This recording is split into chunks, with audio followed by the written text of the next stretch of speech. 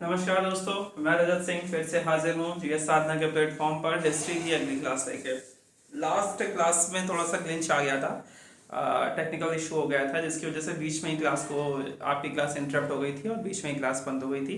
Plan तो ये था कि कल की ही क्लास में ख़त्म कर देंगे स्टोन एज को, लेकिन ठीक है, कई चीज़ें हमारे आपके हाथ में नहीं होती हैं और समय ज़्यादा बलवान होता है, वही रीज़न है। तो चलते हैं अपने टॉपिक पर, स्टोन एज पर। आज स्टोन एज से लेकर के पूरा प्रयास रहेगा कि थोड़ा फिर से क्लास लेंथी भले हो जाए, लेकिन प्रयास ये रहेगा कि आपको समझ में आ जाए और हम सिंधु घाटी सभ्यता तक पहुंच जाए, जिससे अगले ही सेशन में हम सिंधु घाटी सभ्यता को कंप्लीट कर लें। ठीक है, तो इतिहास के अपने सफ़र में चलते हैं आगे और शुरू करते हैं अगला सेशन। और ये सेशन था नवपाषाण काल का।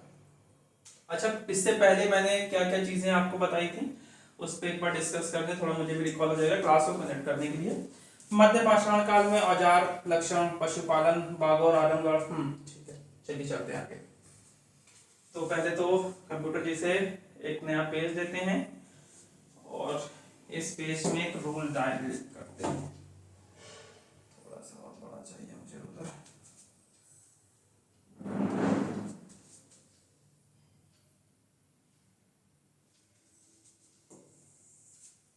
पेन गलत है, कलर गलत है, कलर गलत है। एक मिनट। ठीक है,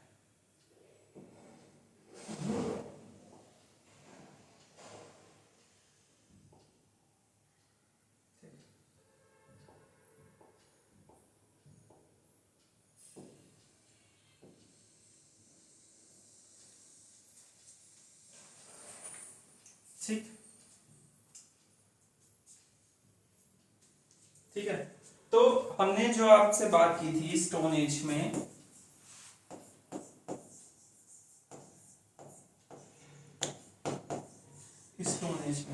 स्टोन एज में एक्चुअली हिस्ट्री में मैंने आपको 3 भागों में पहले हिस्ट्री को समझाया था। ठीक है, पहले टॉपिक में हमने बात की थी हिस्ट्री पे कि हिस्ट्री क्या है। ठीक है, और हमने ये बताया था कि हिस्ट्री को पढ़ने की सुविधा के आधार पर 3 भागों में बांटा गया था। प्रागैतिहासिक काल, ठीक है, और आद्य ऐतिहासिक काल, पुरानी क्लास के ऊपर रिवाइज करते हैं, और ऐतिहासिक काल। ठीक है, अभी हम जो पढ़ रहे हैं ये किस चीज को पढ़ रहे हैं, ये हम पढ़ रहे हैं प्रागैतिहासिक काल। किसको पढ़ रहे हैं? प्रागैतिहासिक काल। और इस प्रागैतिहासिक काल की क्लास में मैंने आपसे बात किया था कि प्रागैतिहासिक काल को जब हम पढ़ेंगे तो प्रागैतिहासिक काल में हमने क्या पढ़ा था कि पुरापाषाण काल, ठीक है, स्टोन एज को हमने 3 भागों में बांटा था। पुरापाषाण काल, ठीक है, और क्या था? मध्यपाषाण काल, मध्यपाषाण काल, ठीक, और नवपाषाण काल। ये 3 फेजेस में मैंने आपको बताया था, क्लियर? ठीक है, जिसमें से 2 फेज हम कंप्लीट कर चुके हैं। लास्ट फेज पे थोड़ा टेक्निकल इशू आ गया था जिसकी वजह से हमें क्लास को बंद करना पड़ा था। और ये पूरा पाषाण काल को पढ़ने की सुविधा के आधार पर हमने 3 भागों में बांटा था। किसमें बांटा था? निम्न पूरा पाषाण काल, मध्य पूरा पाषाण काल और उच्च पूरा पाषाण काल। ठीक है, और ठीक है, मध्य पाषाण काल को इंग्लिश में क्या कहते हैं? तो इसको कहते हैं मीसोलिथिक। सॉरी, स्टार्टिंग से जब बात करते हैं, पूरा पाषाण काल को क्या कहते हैं? Paleolithic age. ठीक है, और मध्य पाषाण को क्या कहते हैं? मीसोलिथिक। एंड नव पाषाण काल को क्या कहते हैं? नियोलिथिक। ठीक है, नियोलिथिक एज। ठीक, इस ट्रांजिशन फेज में हमने मोटा मोटा आपको बता दूं तो पूरा पाषाण काल में हमने देखा था कि जो हमारी संस्कृति थी, संस्कृति क्या होता है? तो संस्कृति क्या होती है? हमारे जीवन को जीने का तरीका, वे ऑफ लाइफ, हम जीवन को कैसे जी रहे हैं, वो होती है हमारी संस्कृति। तो पूरा पाषाण काल के व्यक्तियों की जो संस्कृति की अगर हम बात करें तो वो क्या थी? Hunting and gathering.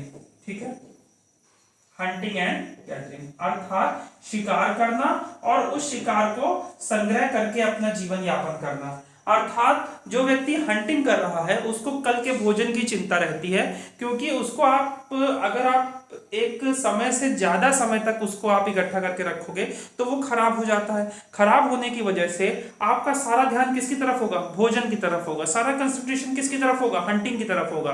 कहने का मतलब ये है कि जब हमारा पेट भरा होगा तभी हम आगे फर्दर कुछ कर सकते हैं, लेकिन यहाँ पर अभी भी हमारा पेट नहीं भरा था, अर्थात यहाँ पर जो हम लोग थे, हम लोगों का मूल उद्देश्य था कि हम किसी भी तरीके से अपना जीवन यापन करने के लिए अपने पेट को भर सके।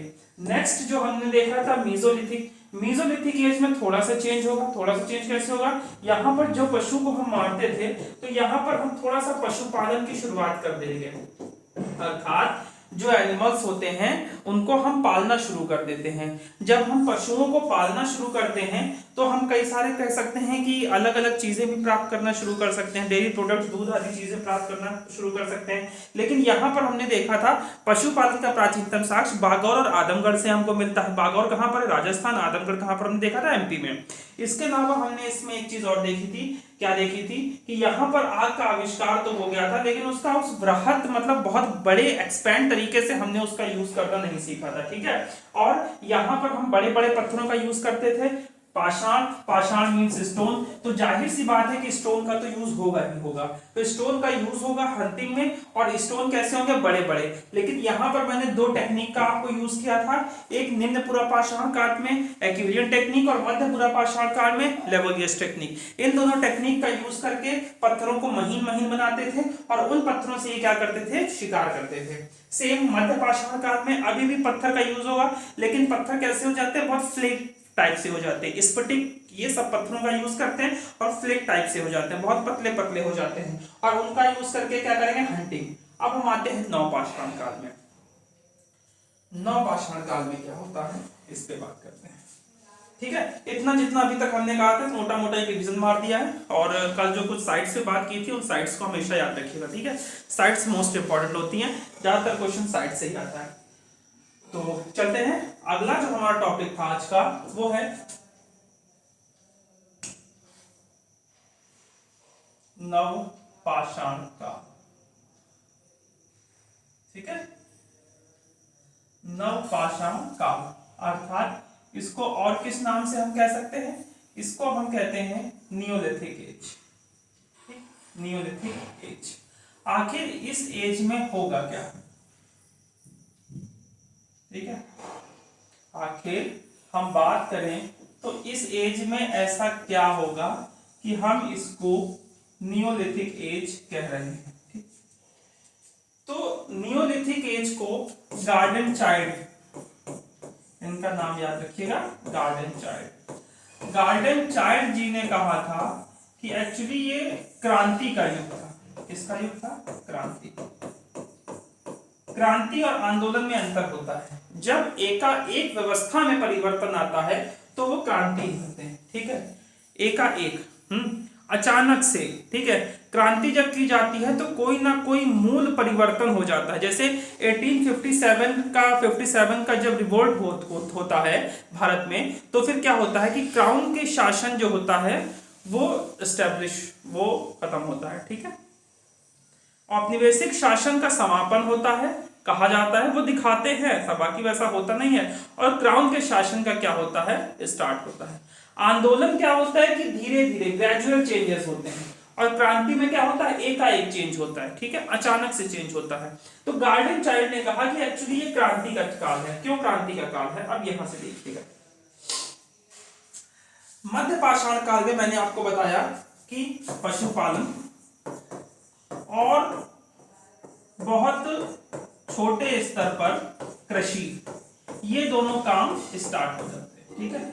अर्थात एग्रीकल्चर और दोनों एग्रीकल्चर और ये और पशुपालन का शुरुआत दोनों एक साथ शुरुआत करता है, ठीक है। शुरुआत हो गया। नवपाषाण काल आते आते, नियोलिथिक एज आते आते, ये जो एग्रीकल्चर होता है, एग्रीकल्चर एक्चुअली एक्सपैंड करता है, ठीक है। एग्रीकल्चर क्या करता है, बढ़ता है। बढ़ता कैसे है, तो जहां पहले जौ की उगाई जाती थी, अब कह सकते हैं मल्टीपल क्रॉपिंग्स होती है। जौ, चावल, ज्वार, ठीक है, रागी, ठीक, गेहूं, मतलब कई सारी चीजें उगाना प्रारंभ कर दिया। अब यहां से एक चीज देखिएगा, सबसे पहले हमने क्या देखा, कृषि, ठीक है, मध्य पाषाण काल में स्टार्ट हुई और नव पाषाण काल में यहां पर हमने देखा मल्टीपल क्रॉपिंग, कृषि में विविधता आई। अब केवल एक ही चीज को हम नहीं उगाते थे, पहले क्या होती थी कि हम ज्यादातर रागी ही उगाते थे, लेकिन मानव द्वारा उपजाई गई, मानव द्वारा अगर कहा जाए सबसे पुराना जो था वो कौन सी थी, जौ थी। सबसे प्राचीन फसल कौन सी थी, जौ थी। और जौ के साथ हमने क्या बताया, रागी। रागी को इंग्लिश में कहते हैं मिलेट्स। एक्चुअली मिलेट्स जो होते हैं वो हम पशुपालन में भी उनके भोजन के रूप में भी यूज कर सकते हैं और अपने लिए भी हम प्रयोग कर सकते हैं। तो इन दोनों को हम क्या उगाते थे, लेकिन फिर कृषि के बाद क्या आई, कृषि में विविधता। अब यहाँ पर जब कृषि में विविधता आएगी, कह सकते हैं मल्टीपल क्रॉपिंग होगी, ठीक है, तो उसके साथ क्या होगा कि हमें कई प्रकार के अलग अलग वैरायटी ऑफ फूड्स मिलेंगे, ठीक है। इससे हमें क्या मिला, वैरायटी ऑफ फूड्स, ठीक है, वैरायटी ऑफ फूड्स। अब जब हमको वैरायटी ऑफ फूड्स मिल गया तो हमारा एक, जो पहले हम हंटिंग करते थे, हंटिंग करने के समय हमारा सोर्स क्या होता था, सोर्स ऑफ फूड हंटिंग में, तो सोर्स ऑफ फूड केवल एक होता था, वो क्या होता था, एनिमल। लेकिन और जब हमने फार्मिंग भी की तो सिंगल क्रॉप फार्मिंग की, तो हमारा जो सोर्स था वो क्या था, वही सिंगल क्रॉप था। लेकिन नवपाषाण काल में आते आते, अच्छा नवपाषाण काल में इसके साथ साथ एक चीज और होती है, क्लाइमेट चेंज होता है, एटमॉस्फेयर में भी थोड़े बहुत चेंजेस आते हैं, वार्म एज से आइस एज से वार्म एज की तरफ जाते हैं, क्लाइमेट चेंज होते हैं। क्लाइमेट एज से क्या होता है कि हम कृषि सीखते हैं, कृषि सीखने के बाद हम कृषि में और बढ़ते हैं, धीरे धीरे मनुष्य अपना विकास करता है और वो कृषि में क्या करता है, मल्टीपल क्रॉपिंग करता है, वैरायटी ऑफ फूड्स उगाता है। जब वैरायटी ऑफ फूड्स उगेंगी तो भाई साहब इन खाने को रखने के लिए भी तो आपको जगह चाहिए होगी। ऐसा तो है नहीं कि आप बस उगा देंगे और जितना है अपना बनाएंगे, बाकी आप फेंक देंगे, ऐसा तो करेंगे नहीं। तो इनको आप क्या करेंगे, संग्रह करने के लिए, इनको कहीं रखने के लिए पॉटरी, ठीक है, अर्थात पॉटरी का भी क्या होता है, यहां पर निर्माण शुरू होता है। अलग अलग तरीके की पॉटरी आएगी, specially BRW, black red ware, अर्थात लाल और काले रंग की पॉटरी होती है और उस पर सफेद धारे से क्या होता है कि उस पर डिजाइनिंग की जाती है, काले लाल मृदभांड, ठीक है, हिंदी में इसको कहते हैं मृदभांड और इंग्लिश में कहते हैं पॉटरी। तो पॉटरी निर्माण भी क्या होगा, यहां पर शुरू होगा, क्योंकि हमने क्या किया, एग्रीकल्चर में विविधता की, एग्रीकल्चर में वैरायटी ऑफ फूड्स मिला। अब इन फूड्स को संग्रह करने के लिए हमारे पास क्या चाहिए कि पॉटरी चाहिए होगी। हमने क्या किया, पॉटरी मेकिंग की, कौन सी की, BRW, अर्थात काले लाल मृदभांड, ब्लैक रेड वेयर, और इसके ऊपर व्हाइट कलर से हम क्या करते थे, डिजाइनिंग करते थे, कौन, नवपाषाण काल के लोग। जब पॉटरी होगी, कृषि में विविधता होगी, तो आपको नहीं लगता कि अब आपका जो सेंटर है, सेंटर ऑफ मतलब कह सकते हैं कि आपका जो फोकस है, ठीक है, फोकस केवल खाने पर नहीं होगा, अदर एक्टिविटीज पे भी होगा कि नहीं होगा। जब आपका फोकस, जब आपके पास खाना होगा, खाने के साथ साथ खाने में कई सारी वैरायटी होगी, पशुपालन अभी भी शुरू होगा, तो पॉटरी आपने बना ली है, खाने को इकट्ठा करके रख दिया। अब खाने के बाद जब आपके पास खाना भी हो गया, खाने को संग्रहित भी कर लिया, कल के खाने की आपकी चिंता नहीं होगी, तो अगला होगा कि हम क्या करें, तो हम क्यों ना सेटलमेंट करें। क्या करें, सेटलमेंट करें। सेटलमेंट कैसा करेंगे हम, तो सेटलमेंट ऐसा करेंगे कि हम एक स्थान पर रहना शुरू कर देंगे, ठीक है। अभी तक क्या करते थे कि खाना बदोश की जिंदगी होती थी। खाना बदोश क्या होता है, आज यहां कल वहां परसों कहीं और, ठीक है, इस तरीके से घूम घूम करके अपने जीवन यापन करते थे। लेकिन नवपाषाण काल में एक चीज का चेंजेस हुआ, क्या हुआ, आग का आविष्कार बहुत ज्यादा हो गया। आग का आविष्कार होने के साथ साथ क्लाइमेट चेंज होता है, क्लाइमेट चेंज के साथ क्या होती है, वार्म एज आता है, एग्रीकल्चर बहुत वृहद स्तर पर, बहुत बड़े लार्ज लेवल पर होने लगती है, और क्या होती है कि कृषि में विविधता आती है, ठीक है, और वैरायटी ऑफ फूड्स आते हैं। इन वैरायटी ऑफ फूड्स को रखने के लिए कोई एक जगह चाहिए होती है, तो हम क्या करते हैं, पॉटरी निर्माण करते हैं। पॉटरी निर्माण करने के बाद जब हमारा सारा कंसंट्रेशन खाने से हटा, तो हमने क्या किया, सेटलमेंट किया। अब जब ये सेटलमेंट होंगे, तो सेटलमेंट के बाद कुछ ना कुछ क्या होंगी, कल्चरल काम भी हम करेंगे। ये कल्चरल काम कैसे होंगे, जैसे कि हम बात करेंगे तो दाह संस्कार की, ठीक है, किसकी बात करेंगे? दाह संस्कार की, कि आखिरकार दाह संस्कार कैसे होता था। क्या उनको पूर्ण दाह संस्कार कर दिया जाता था, आंशिक दाह संस्कार कर दिया जाता था, या फिर दैमाबाद की तरह कलश में कर करके और घरों के नीचे उनको संग्रहित किया जाता था। ठीक है, तो एक इतना पूरा एक कॉन्सेप्ट हुआ कि नवपाषाण काल में कितना बड़ा चेंजेस हुआ। ठीक है, अच्छा ये पोट्री का निर्माण तो मध्य पाषाण काल में भी हो रहा था, क्योंकि कृषि वहां भी थी, राइट, कृषि वहां भी थी, कृषि में विविधता थी, विविधता नहीं थी, आई एम सॉरी, कृषि में विविधता नहीं थी, कृषि थी, लेकिन कृषि में जो सिंगल क्रॉप भी अगर आप उगा रहे हो तो उसको रखने के लिए आपको पॉटरी चाहिए, तो पॉटरी आपने यूज की, लेकिन वो पॉटरी जो थी वो उतनी अच्छी नहीं थी। क्यों अच्छी नहीं थी? क्योंकि ये पॉटरी जो होती थी वो मिट्टी को ऐसे ही लेस करके बना दी जाती थी, और जब न्यूलिथिक एज आती है, नवपाषाण काल आता है, तब यहाँ पर जो पॉटरी बन रही है वो व्हील बेस पे बन रही है। व्हील बेस क्या हो गया? चक्के पर। देखा होगा ना कि चक्के पर लेकर के आजकल तो छोटे छोटे बच्चों को भी लोग सिखाने का चल रहा है, ट्रेंड है, अच्छी चीज है कि हम पुरानी संस्कृति की तरफ जा रहे हैं। तो हम कृषि में विविधता आई, कृषि पहले भी थी, पॉटरी पहले भी थी, लेकिन अब क्या हो गया? आग का आविष्कार हो गया, व्हील का आविष्कार हो गया, व्हील के आविष्कार से व्हील बेस का आविष्कार हो गया, व्हील बेस का यूज करके हमने पॉटरी बनाई। क्यों? क्योंकि मल्टीपल क्रॉपिंग हो रही थी, वैरायटी ऑफ फूड्स थे, इनको संग्रह करने के लिए पॉटरी चाहिए, पॉटरी अब हमें मजबूत चाहिए, उसके लिए व्हील बेस का यूज किया, उनको पकाया। अब सोचिए कि इनको पकाने के लिए कम से कम 200 डिग्री सेल्सियस तक इनको पकाया जाता होगा, तो हम कैसे कहते हैं कि ये संस्कृति इतनी असभ्य थी। ठीक है, और मध्यान्ह में ब्लैक रेड वेयर का यूज करते थे। उसके बाद क्या हुआ कि जब इनका सारा ध्यान खाने पर से हटा तो इन्होंने सेटलमेंट किया, और सेटलमेंट के बाद कोई ना कोई कल्चरल इवेंट स्टार्ट होंगे, इसमें दाह संस्कार और मरने के बाद जीवन कैसा होगा, ठीक है, या कह सकते हैं आत्मा को लेकर भी वार्तालाप होगी, और इस तरीके से नवपाषाण काल में इतना बड़ा चेंज हमको देखने को मिलता है। इसीलिए गार्डन चाइल्ड ने इसे क्या कहा? नवपाषाणिक क्रांति। ठीक है, नवपाषाण काल को क्या कहा गार्डन चाइल्ड ने? क्रांति का नाम दिया था। मुझे लगता है इतनी बात आपको क्लियर हो गई होगी। ठीक है, इसको लिखिए, फिर आगे टॉपिक पे हम चलते हैं।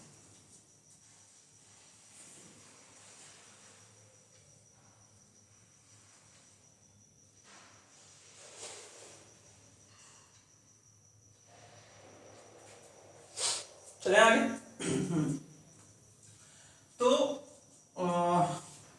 वैरायटी ऑफ फूड्स हो गया, इतना हो गया। अब चलते हैं आगे। अच्छा, ये जो सेटलमेंट हो रहे थे, ये जितने भी सेटलमेंट्स हो रहे थे, ये सेटलमेंट अलग अलग जगह पर अलग अलग तरीके से होंगे। ठीक है, अलग अलग जगह पर अलग अलग तरीके से कैसे होंगे कि जब सेटलमेंट ये मेहरगढ़ में होंगे नवपाषाण काल में, तो हम यहाँ पर देखेंगे कि ईंटों के घर तो बनाएंगे सेटलमेंट के लिए, तो यहाँ पर हमको ईंटों का घर मिल जाएगा। ठीक है, और वहीं पर जब हम उत्तर में जाकर के देखेंगे तो इसमें हम देखते हैं बुर्ज होम, और बुर्ज होम में देखते हैं गड्ढे में, पिट होम जिसे कहते हैं, गड्ढे में जाकर गड्ढा करके नदियों, मतलब नहर या फिर कह सकते हैं सॉरी जलाशय होता है, जलाशय या नदी के आसपास में क्या करते हैं? गड्ढे करके रहते हैं। और वहीं जब हम पूर्व की तरफ जाएंगे, ठीक है, मेहरगढ़ कहां पर हो गया? नॉर्थ वेस्ट, नॉर्थ वेस्ट में मेहरगढ़ हो गया। ठीक है, नॉर्थ में J&K के पास में क्या हो गया? बुर्ज होम हो गया। और हम जब ईस्ट में जाते हैं तो यहाँ पर चिरान जैसे कुछ साइट्स मिलती हैं, और इन चिरान जैसी साइट्स पे घास फूस के घर देखते हैं। घास फूस के घर जैसे देखे होंगे आपने, गांव में भी होता है कि बांस होती है, ऐसे करके बांस ऐसे ऐसे ऐसे ऐसे ऐसे ऐसे करके बांस बना दी जाती है, और इसके बीच में घास फूस भर दी जाती है, टाइटली भर दी जाती है, जिससे ये मजबूत रहे। ठीक है, तो सेटलमेंट भी होंगे तो हमें अलग अलग देखने को मिलेंगे। अच्छा, यहाँ एक चीज और बता दूं, फिर से बता दूं, एक बार तो मैं बता चुका हूं कि मान लीजिए ये इंडिया का मैप है,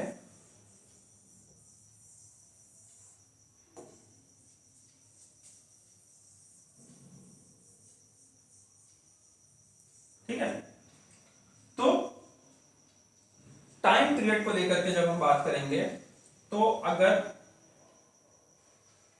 नियोलिथिक एज चल रही है ना, नियोलिथिक एज चल रही है। अच्छा, इस पे नहीं, इस पे बात करते हैं, कुछ साइट्स पे बात करते हैं, फिर मैं इसको समझाता हूँ। ठीक है, अब ये कुछ इंपॉर्टेंट साइट्स हैं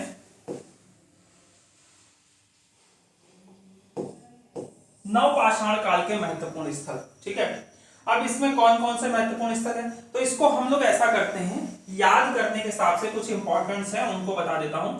जैसे एक इसको ऐसे बांट लीजिएगा, ये कौन सा हो गया,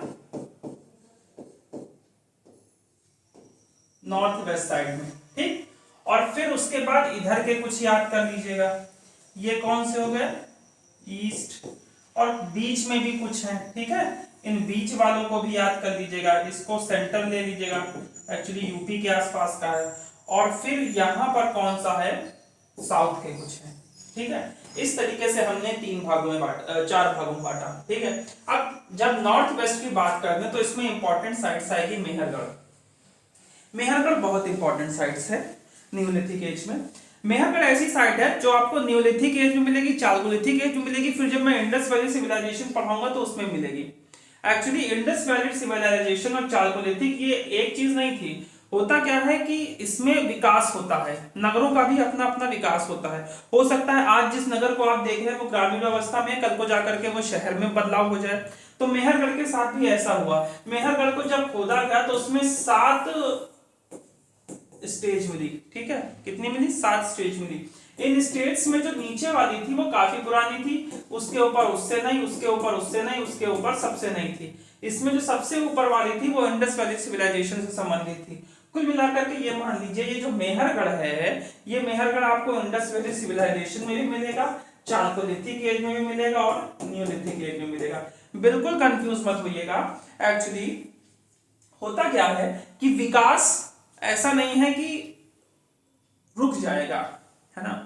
अगर कल को ये मीसोलिथिक एज में थे तो विकसित होकर के न्यूलिथिक में आए हैं, तो आज न्यूलिथिक में है, कल को इनको तांबा मिल जाएगा, व्यापार करेंगे, तो फिर ये क्या होंगे, चालकोलिथिक एज में भी चले जाएंगे, अर्थात ताम्रपाषाण काल में भी चले जाएंगे। और फिर उसके बाद ये एक नगरीय सभ्यता में जब विकास कर लेंगे अपने आप का, तो फिर ये क्या होंगे, इंडस वैली सिविलाइजेशन में भी चले जाएंगे।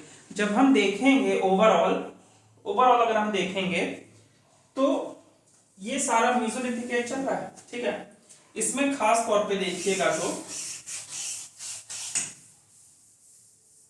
ये मेहरगढ़, ठीक, ये मेहरगढ़, ठीक है, ये मेहरगढ़ जो है, कोई और कलर ले लें क्या, ये ले लेते हैं। ये जो मेहरगढ़ है,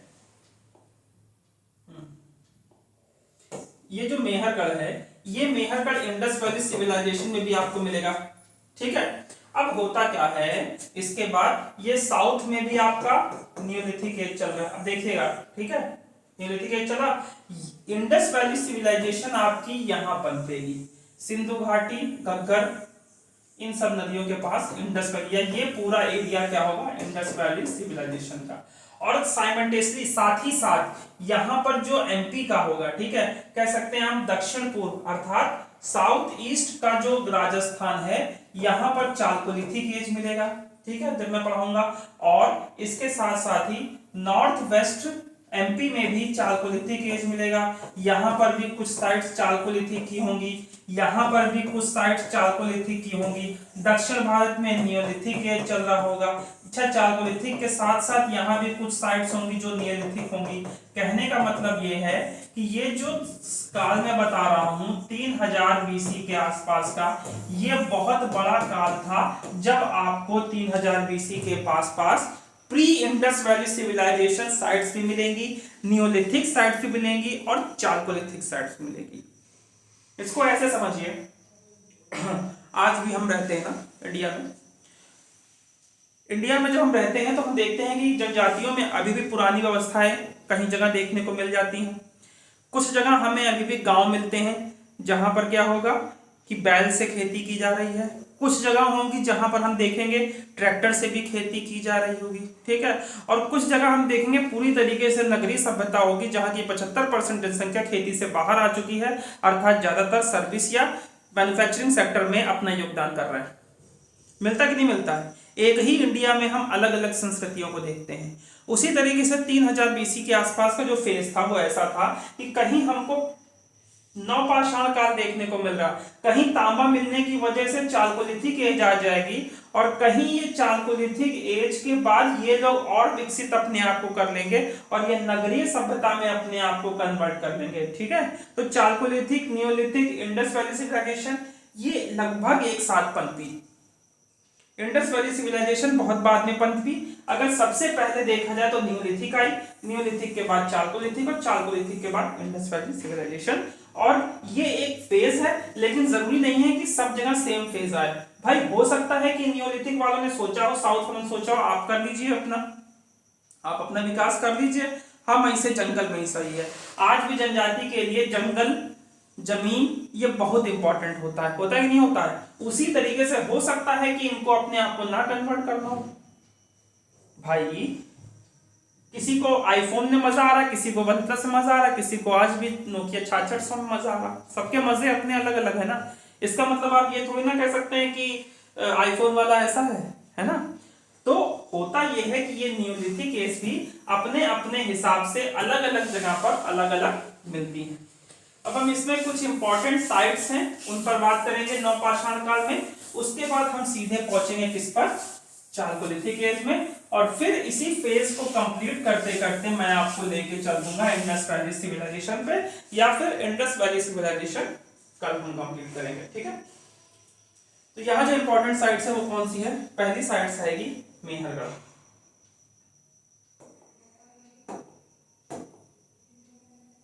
पहली साइट्स कौन सी आएगी? मेहरगढ़। ठीक है, मेहरगढ़ में यहां पर हमें क्या मिलता है? मेहरगढ़ में एक्चुअली कृषि का प्राचीनतम साक्ष्य अगर कहीं मिलता है तो वो कहां से मिलेगा हमें? मेहरगढ़ में। अर्थात एग्रीकल्चर का सबसे पुराना एविडेंस अगर हमें कहीं मिलेगा तो वो कहां पर मिलेगा? मेहरगढ़ में।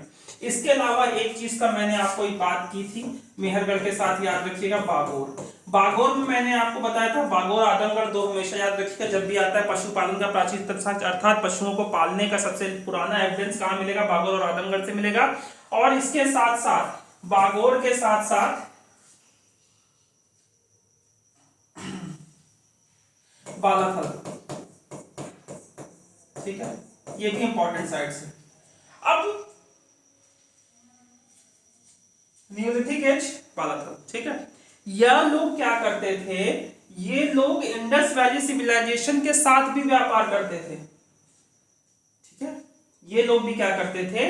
इंडस वैली सिविलाइजेशन के साथ भी व्यापार करते थे। इसके अलावा कोल्डी हवा, कोल्डी हवा में हमें क्या मिलेगा? चावल के प्राचीनतम साख महदाहा, इसके बारे में बात कर चुके हैं। चिरांद, चिरांद में हमें क्या मिला था? चिरांद में मृग शंग के उपकरण अर्थात जो हिरण होता है उसकी सींग के उपकरण, उसके बनाए हुए उपकरण थे। ठीक है, इसके अलावा कुचाई उड़ीसा में, ये भी बहुत इंपॉर्टेंट है। कुचाई कहां पर है? उड़ीसा में। महदाहा, कोल्डी हवा, और ये दोनों कहां पर हैं? इलाहाबाद के आसपास हैं। और ये यूपी में है। चिरांद कहां पर है? बिहार में है। कुचाई कहां पर है? उड़ीसा में। इसके बाद असम के पास ये दाऊजी हडिंग, ये भी बहुत इंपॉर्टेंट साइट्स है। ठीक है, कौन सी साइट्स है? दाऊजी हडिंग। ठीक है, दाऊजी हडिंग। दाऊजी हडिंग के साथ यहां पर देखें है कि नहीं? नहीं, दाऊजी हडिंग और एक होता है नापचिक। कहते हैं ये जो दाऊजी हडिंग की साइट्स है ये व्यापार करते थे चाइना के साथ में। ठीक है, तो मैंने क्या बताया? मेहरगढ़, बागौर, बालाथल, कोल्डी हवा, महदाहा, चिरांद, कुचाई और दाऊजी हडिंग और नापचिक। ठीक है, दाऊजी हडिंग असम में पड़ता था और ये भी कहा जाता था कि ये व्यापार किसके साथ करते थे? ये चाइना के साथ ट्रेड करते थे, क्योंकि चाइना में एक विशेष प्रकार का पत्थर पाया जाता था जो कि दाऊजी हडिंग से मिला। ठीक है, और नापचिक, नापचिक कहां पर है? मणिपुर में है। और जो नापचिक था कहते हैं ये म्यांमार और नीचे जितनी कंट्रीज हैं उनके साथ ट्रेड में व्यस्त थे। कुचाई उड़ीसा में स्थित है। ठीक है, इस तरीके से हमने, और बुर्जहोम गुफरगला, ये श्रीनगर है। श्रीनगर के ऊपर बुर्जहोम है और श्रीनगर के नीचे गुफरकाल। बुर्जहोम में गर्तावास मिलता है, गड्ढे बना करके लोग रहते हैं। और गुफरकाल में हमें क्या मिलता है? गुफरकाल में हमें कई सारे पॉटरीज मिलते हैं। गुफरकाल इज फेमस फॉर पॉटरी। ठीक है। और यहाँ पर हमें मनुष्य के साथ साथ कुत्ता दफनाने का प्रमाण मिलता है। मनुष्य के साथ कुत्ता दफनाने का प्रमाण जो मिला है वो ये स्पष्ट कर रहा है कि कहीं ना कहीं मरने के बाद के जीवन पर भी ये सोच रहे हैं, तभी तो उन्होंने कुत्ता दफना दिया। और इसके साथ साथ कई जगह पर क्या होगा कि कई सारे मनुष्य के जब दफनाया गया, आदमी को जब दफनाया गया तो उसके साथ कई उसके दैनिक उपयोग वाली चीजों को भी उसके साथ गाड़ दिया गया, जो ये दिखला रहा है कि हो सकता है वो लोग सोचते हो कि जब ये मर जाएंगे तो मरने के बाद आत्मा को भूख प्यास लगेगी तो वो इसका यूज करके अपना जीवन यापन करेंगे। ठीक है। इसके बाद साउथ में भी कुछ साइट्स हैं जो इंपॉर्टेंट है, जैसे ब्रह्मगिरी। ब्रह्मगिरी जब अशोक पढ़ाएंगे तब भी आएगा। ठीक है। ब्रह्मगिरी, संगनकल्लू, मास्की। मास्की भी क्या है, बहुत इंपॉर्टेंट है, ये भी क्या होगा जब अशोक पढ़ाएंगे तब आएगा। नागार्जुन कोंड, ठीक है, और पयमपल्ली। Payampalli is in Tamil Nadu. ठीक है। और हल्लूर। हल्लूर कहां पर है, कर्नाटक में। ठीक है। पयमपल्ली, हल्लूर, ब्रह्मगिरी, मास्की, नागार्जुन कोंड, ये सारी साइट्स कहां पर है, हमारी साउथ में। ठीक है। तो जो हमने इंपॉर्टेंट साइट देखी, कहां देखी, मेहरगढ़, ठीक है, बागोर बालाथल, बुर्जाहोम, गुफरकाल। अब इसको हम याद करने के हिसाब से इसको बांटते हैं। ठीक है। इधर वाली याद करिए, मेहरगढ़, बागोर, बालाथल, मेहरगढ़, बागोर, बालाथल। ऊपर की तरफ बुर्जाहोम और गुफरकाल। इधर आएंगे तो कोल्डी हवा, और कोल्डी हवा के साथ साथ महदहा। फिर बिहार में हमने किसको देखा, चिरान को। फिर उड़ीसा में हमने किसको देखा, कुचाई को। यहाँ पर नापची हड्डिंग और दाऊजी हटिंग और नापचिक देखा। और फिर दक्षिण में जाएंगे तो दक्षिण में हल्लूर, ब्रह्मगिरी, मास्की, संगनकल्लू, नागार्जुन कोंड, ये सारी साइट्स हमको मिलती हैं किसमें, नवपाषाण काल में। ठीक है। तो नवपाषाण काल को इस तरीके से हमने देखा। ठीक है। नवपाषाण काल को यहां से हम खत्म करते हैं और फिर चलते हैं अपनी स्लाइड की तरफ। ठीक है। कृषि कुंभकाली की शुरुआत।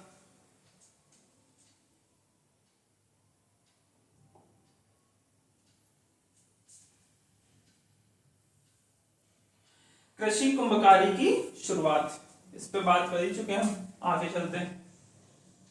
आग का आविष्कार, इस पे भी बात कर चुके हैं। मेहरगढ़, इसके बारे में बता चुका हूं, बलूचिस्तान। बुर्जाहोम, कश्मीर, इसके बारे में बता चुका हूं। चिरान बता चुका हूं, कोल्डी हवा बता चुका हूं, गुफरकाल बता चुका हूं। ठीक है। आगे चलते हैं। ताम्रपाषाण काल। अब इसके बाद होता ये है,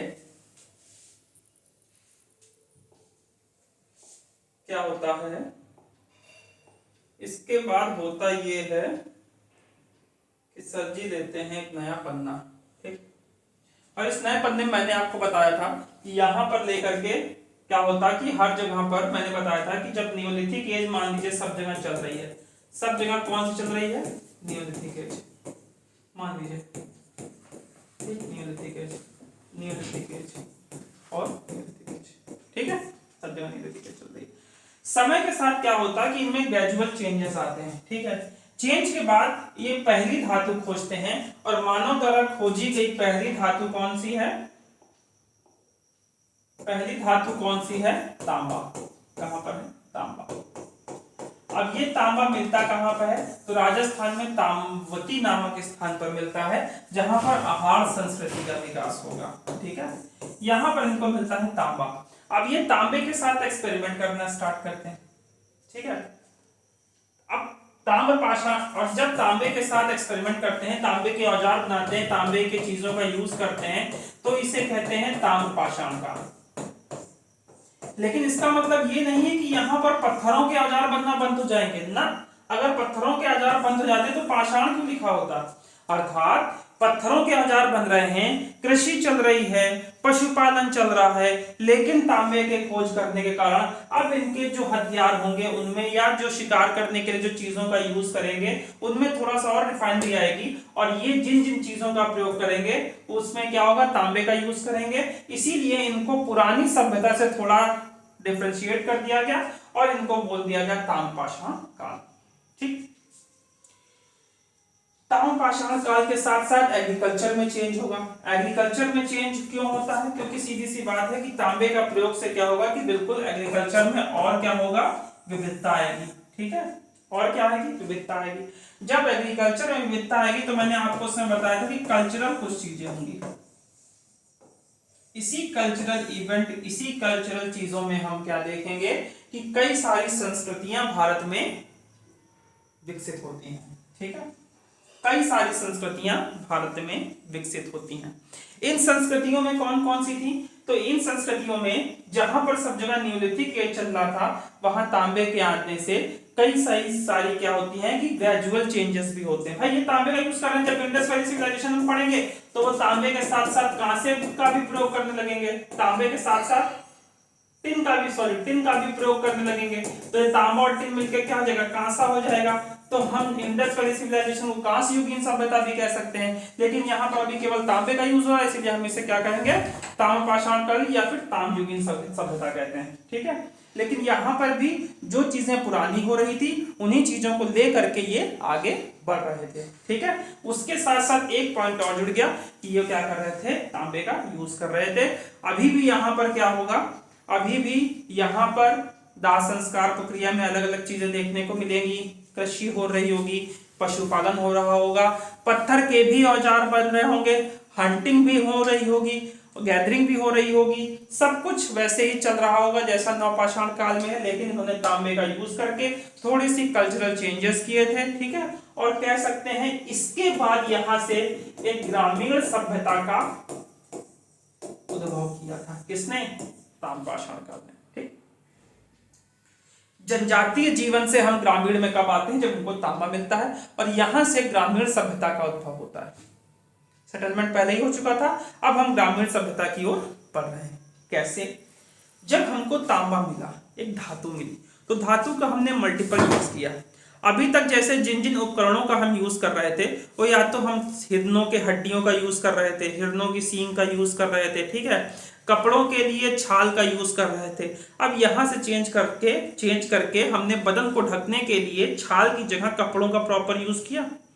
पॉटरी में जो हमने विकास किया उसमें व्हील बेस पे जो नवपाषाण काल पे प्रयोग कर रहे थे, उससे आगे बढ़ करके हमने क्या किया? पॉटरी को पकाया और उनको और ज्यादा मजबूत, उन्हें जो और ज्यादा पॉलिश किया। ठीक है, इसके अलावा हमने क्या किया? इसके अलावा इन तांबे का यूज किया हमने किसमें? छोटे छोटे जो हथियार वगैरह होते हैं उनमें हमने इसका यूज किया कि हम इससे क्या करेंगे? अपनी रक्षा करेंगे और शिकार करेंगे। ठीक है, एग्रीकल्चर में भी इनका यूज किया, और हाथ के कंगन, जेवर, ये सब चीजें बनाए। तो ये सब चीजें, यानी अब आप एग्रीकल्चर के साथ साथ धीरे धीरे मैन्युफैक्चरिंग और अदर चीजों में भी आप शिफ्ट हो रहे हैं। यही दिखा रहा है कि आपने हाथ के कंगन बनाए, गले का हार बनाया, तो कहीं ना कहीं आपका, क्योंकि आपके पास फूड प्रचुर मात्रा में है। जब भोजन प्रचुर मात्रा में होगा, पेट भरा होगा, तभी तो आप दूसरी चीजों के बारे में सोचेंगे। तो जब इन्होंने दूसरी चीजों के बारे में सोचा तो उन्होंने श्रृंगार साज सज्जा की बात की। जब श्रृंगार साज सज्जा की बात की तो उनको बनाने वाला भी कोई ना कोई होगा। घर जो बन रहे थे नवपाषाण काल में, वो ताम्रपाषाण तक आते आते और बढ़ जाएंगे। इन घरों को बनाने वाला भी कोई ना कोई होगा। कहने का मतलब ये है कि ये जो सभ्यता, ये जो चीजें थी, ये अब संस्कृति जो थी बहुत विस्तृत हो रही थी, और यही संस्कृति विस्तृत होकर के आगे क्या बन जाएगी? कई सारी संस्कृतियां मिलकर के सभ्यताओं का निर्माण कर लेगी। इंडस वैली सिविलाइजेशन, संस्कृति, संस्कृति के बाद सभ्यता। पहले हम संस्कृति थी, लेकिन संस्कृति में कोई यूनिफॉर्मेशन नहीं था, कोई एक जैसी नहीं थी। उसके बाद ताम्रपाषाण तक आते आते हम ग्रामीण संस्कृति की ओर बढ़ते हैं, और ये ग्रामीण संस्कृति से जब हम जाते हैं इंडस वैली सिविलाइजेशन में, तो वो सभ्यता में चेंज हो जाती है। कई सारी संस्कृतियां आपस में मिल जाती हैं और उसमें कहीं ना कहीं एकता दिखाई देती है।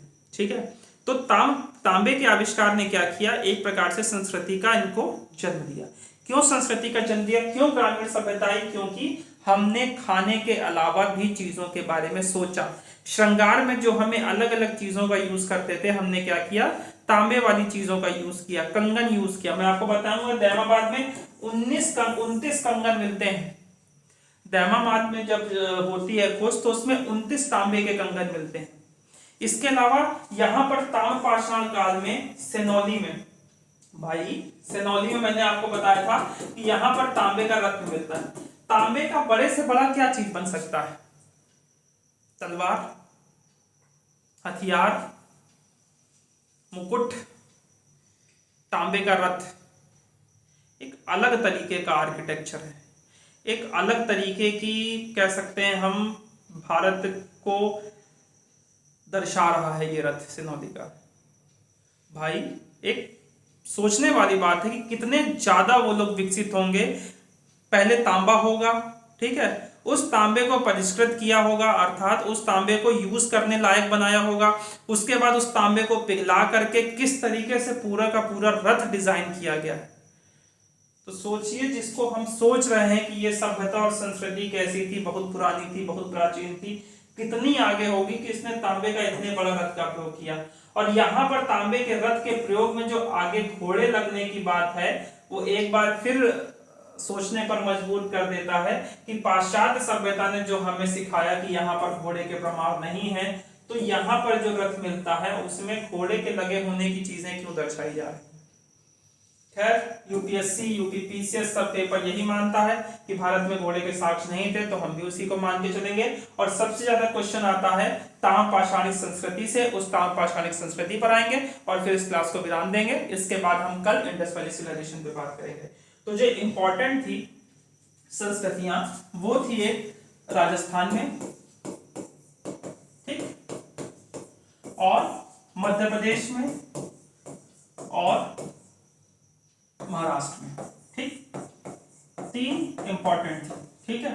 अब इसमें जो राजस्थान वाली थी, राजस्थान में मैंने आपको बताया था कि दक्षिण पूर्व अर्थात साउथ ईस्ट राजस्थान में है। ज्यादातर कहां पर होगी? South east Rajasthan. अच्छा, जब मैप देखेंगे तो साउथ ईस्ट राजस्थान के साथ जुड़ा हुआ ही आपको मिलेगा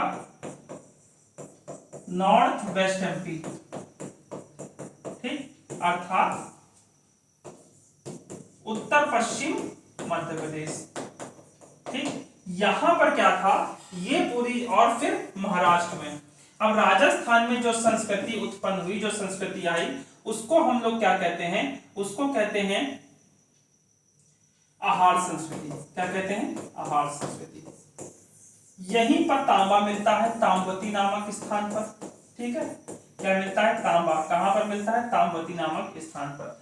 और यहां पर संस्कृति विकसित हुई गिलुंद नामक जगह पर, इसीलिए इसे गिलुंद संस्कृति भी कहते हैं। तो राजस्थान की संस्कृति, आहार संस्कृति, गिलुंद संस्कृति, तीनों इसी का नाम है।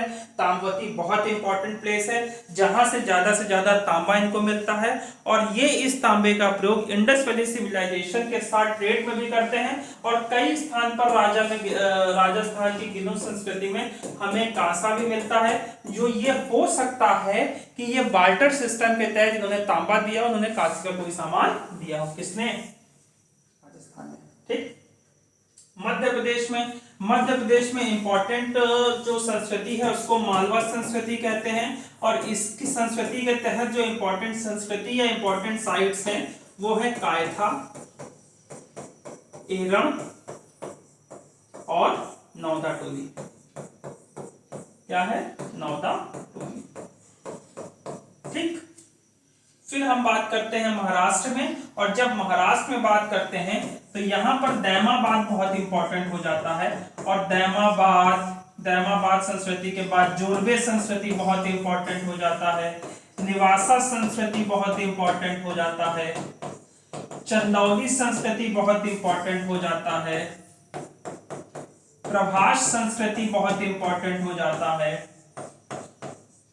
ठीक है। ये सारी संस्कृतियां बहुत इंपॉर्टेंट हो जाती हैं। और ये सारी संस्कृति नियोलिथिक और इंडस वैली सिविलाइजेशन के बीच में कह सकते हैं ट्रांजिशन फेज का काम करेंगी, क्योंकि ये संस्कृति इसके बाद क्या करेंगी? इंडस वैली सिविलाइजेशन का एक प्लॉट तय करेंगी, जिस पर ग्रामीण सभ्यता से नगरीय सभ्यता विकसित होगी और इंडस वैली सिविलाइजेशन अपने चरम पर पहुंचेगी, एक नगरीय क्रांति के रूप में विकसित होगी, ठीक है। तो आज ताम्रपाषाण से देखा हमने और नवपाषाण काल देखा। कल ताम्रपाषाण काल से इंडस वैली सिविलाइजेशन के फेज की तरफ चलेंगे और समझेंगे कि कैसे ताम्रपाषाण काल से सिंधु घाटी सभ्यता का विकास हुआ। और 2-3 क्लास में से गुवाहाटी सफलता कंप्लीट करेंगे। चैनल में नए आए हैं तो चैनल को सब्सक्राइब करिए, आइदर चैनल को लाइक करिए, चैनल को ज़्यादा से ज़्यादा लोगों तक शेयर करिए और कमेंट करिए। अगर कोई भी समस्या कोई भी चीज़ होती है तो आप कमेंट करिए, कमेंट में हम आपके क्वेश्चंस और आपकी चीज़ों पर बात करेंगे, या कोई क्वेरी होगी तो कमेंट में लिख दीजिएगा, जिसको आते ही मैं सॉल्व करूँगा। तो थैंक यू वेरी मच।